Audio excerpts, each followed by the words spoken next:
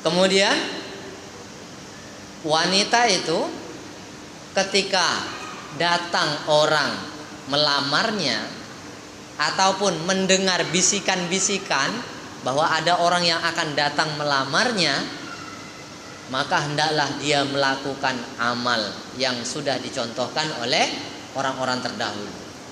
Dalam riwayat diterangkan bahwasanya An Anas radhiyallahu anhu qala lamman qadat iddatu Zainab qala Rasulullah sallallahu alaihi wasallam li Zaid uzkurha alayya qala Zaid fantolaqtu faqultu ya Zainab abshiri arsalani ilaiki Rasulullah sallallahu alaihi wasallam yadhkuruki faqalat ma ana bisani'atin syai'an hatta astamira rabbi faqamat ila masjidiha wa nazala al-Qur'an wa jaa Rasulullah fadakhala bi ghairi amrin. Ketika Zainab sudah diceraikan oleh Zaid, Zainab ini adalah istri Zaid. Ketika Zainab sudah diceraikan oleh Zaid, maka Nabi Shallallahu Alaihi Wasallam membisikkan kepada Zaid, Zaid, tolonglah cakap dengan mantan di kau tuh. Apa kata dia kalau aku jadi suaminya? Apa kata dia kalau saya melamarnya? Maka Zaid pun pergi. Ya Zainab, abshiri arsalani ilaiki Rasulullah. Aku nih utusan Nabi nih untuk melamar kamu. Apa pendapat kamu?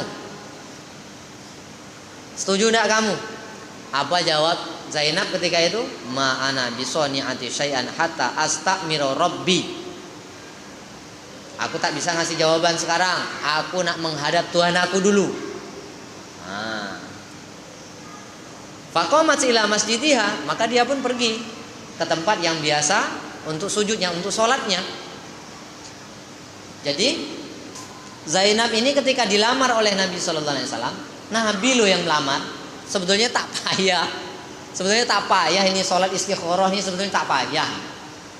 Orang Nabi yang melamar sudah jelas baiknya. Tapi inilah sunnah yang sudah diajarkan oleh orang-orang terdahulu. Ketika satu orang wanita telah ada yang melamarnya, maka jangan katakan iyo dulu sebelum dia melaporkan kepada Allah Subhanahu wa taala. Dia sholat istikharah dulu. Apakah baik orang ini untuk aku, untuk agama aku? Apakah bagaimana? Setelah istikharah barulah Allah Subhanahu wa taala memberikan langsung jawabannya. Jadi Zainab istikharah kepada Allah Subhanahu wa taala, salat 2 rakaat kepada Allah, mengadu kepada Allah Subhanahu wa taala. Allah turunkan ayat Al-Qur'an yang menikahkan Zainab dengan Nabi sallallahu alaihi wasallam.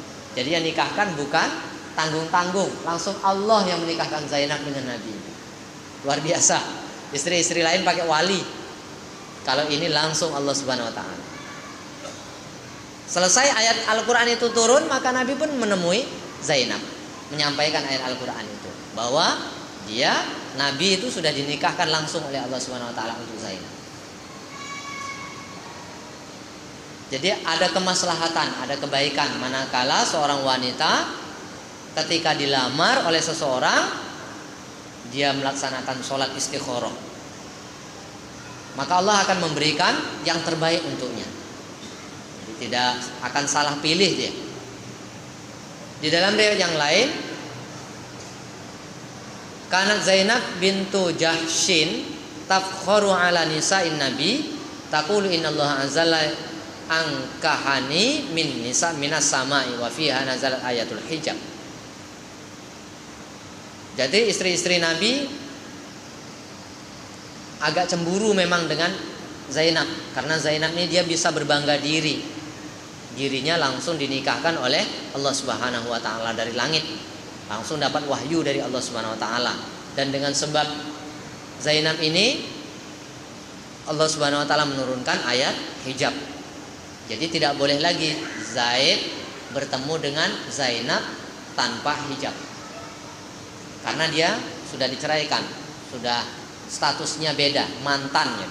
Jadi tidak bisa lagi bertemu seenaknya. Ini khusus dalam pernikahan. Apakah istikharah itu hanya dalam pernikahan saja? Jawabnya tidak. Dalam segala hal. Karena Rasulullah SAW yu'allimunal istikharah fil umuri kulliha. Jadi Nabi itu mengajarkan istikharah bukan hanya pada pernikahan saja, dalam segala hal. Kama yu'allimunus surah minal Qur'an. Seperti Nabi mengajarkan surah-surah dalam Al-Qur'an itu. Dia mengajarkan istikharah itu seperti mana mengajarkan surat-surat Al-Qur'an.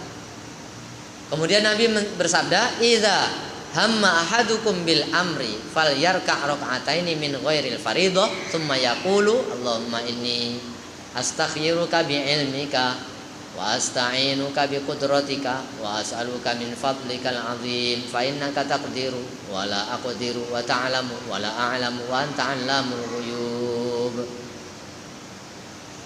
Jadi Nabi sallallahu alaihi wasallam mengajarkan,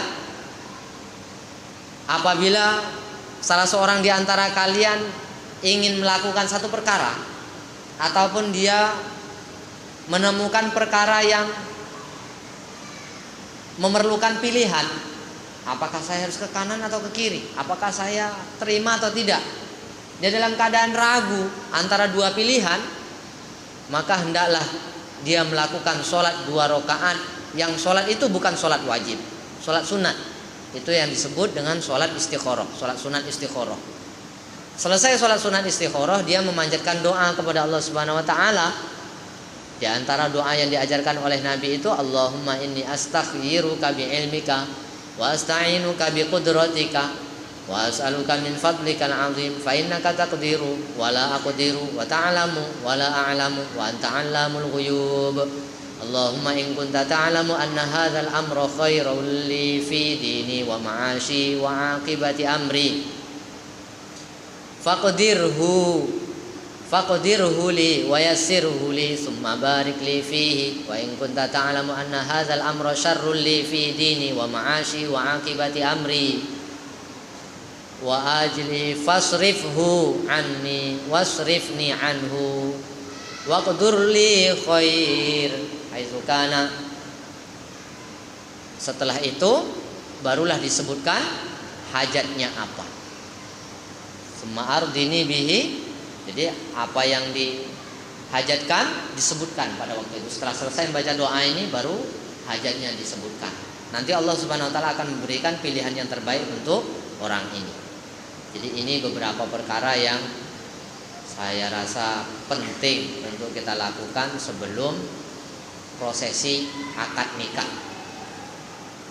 Jadi kalau sudah ditemukan jodohnya, sudah datang orang melamar kepada anak gadis kita, ya jangan buru-buru ngambil keputusan. Sholat dulu 2 rakaat, sholat istikharah, minta dulu kepada Allah Subhanahu Wa Taala mana yang terbaik, diterima atau tidak.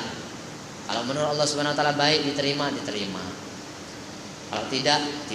Jadi inilah beberapa nasihat melalui riwayat-riwayat yang sudah saya sampaikan. Semoga bermanfaat untuk saya dan kita semua. Subhanallah bihamdihi, subhanakallahumma wa bihamdika, asyhadu an la ilaha illa anta, astaghfiruka wa atubu ilaik. Assalamualaikum warahmatullahi wabarakatuh.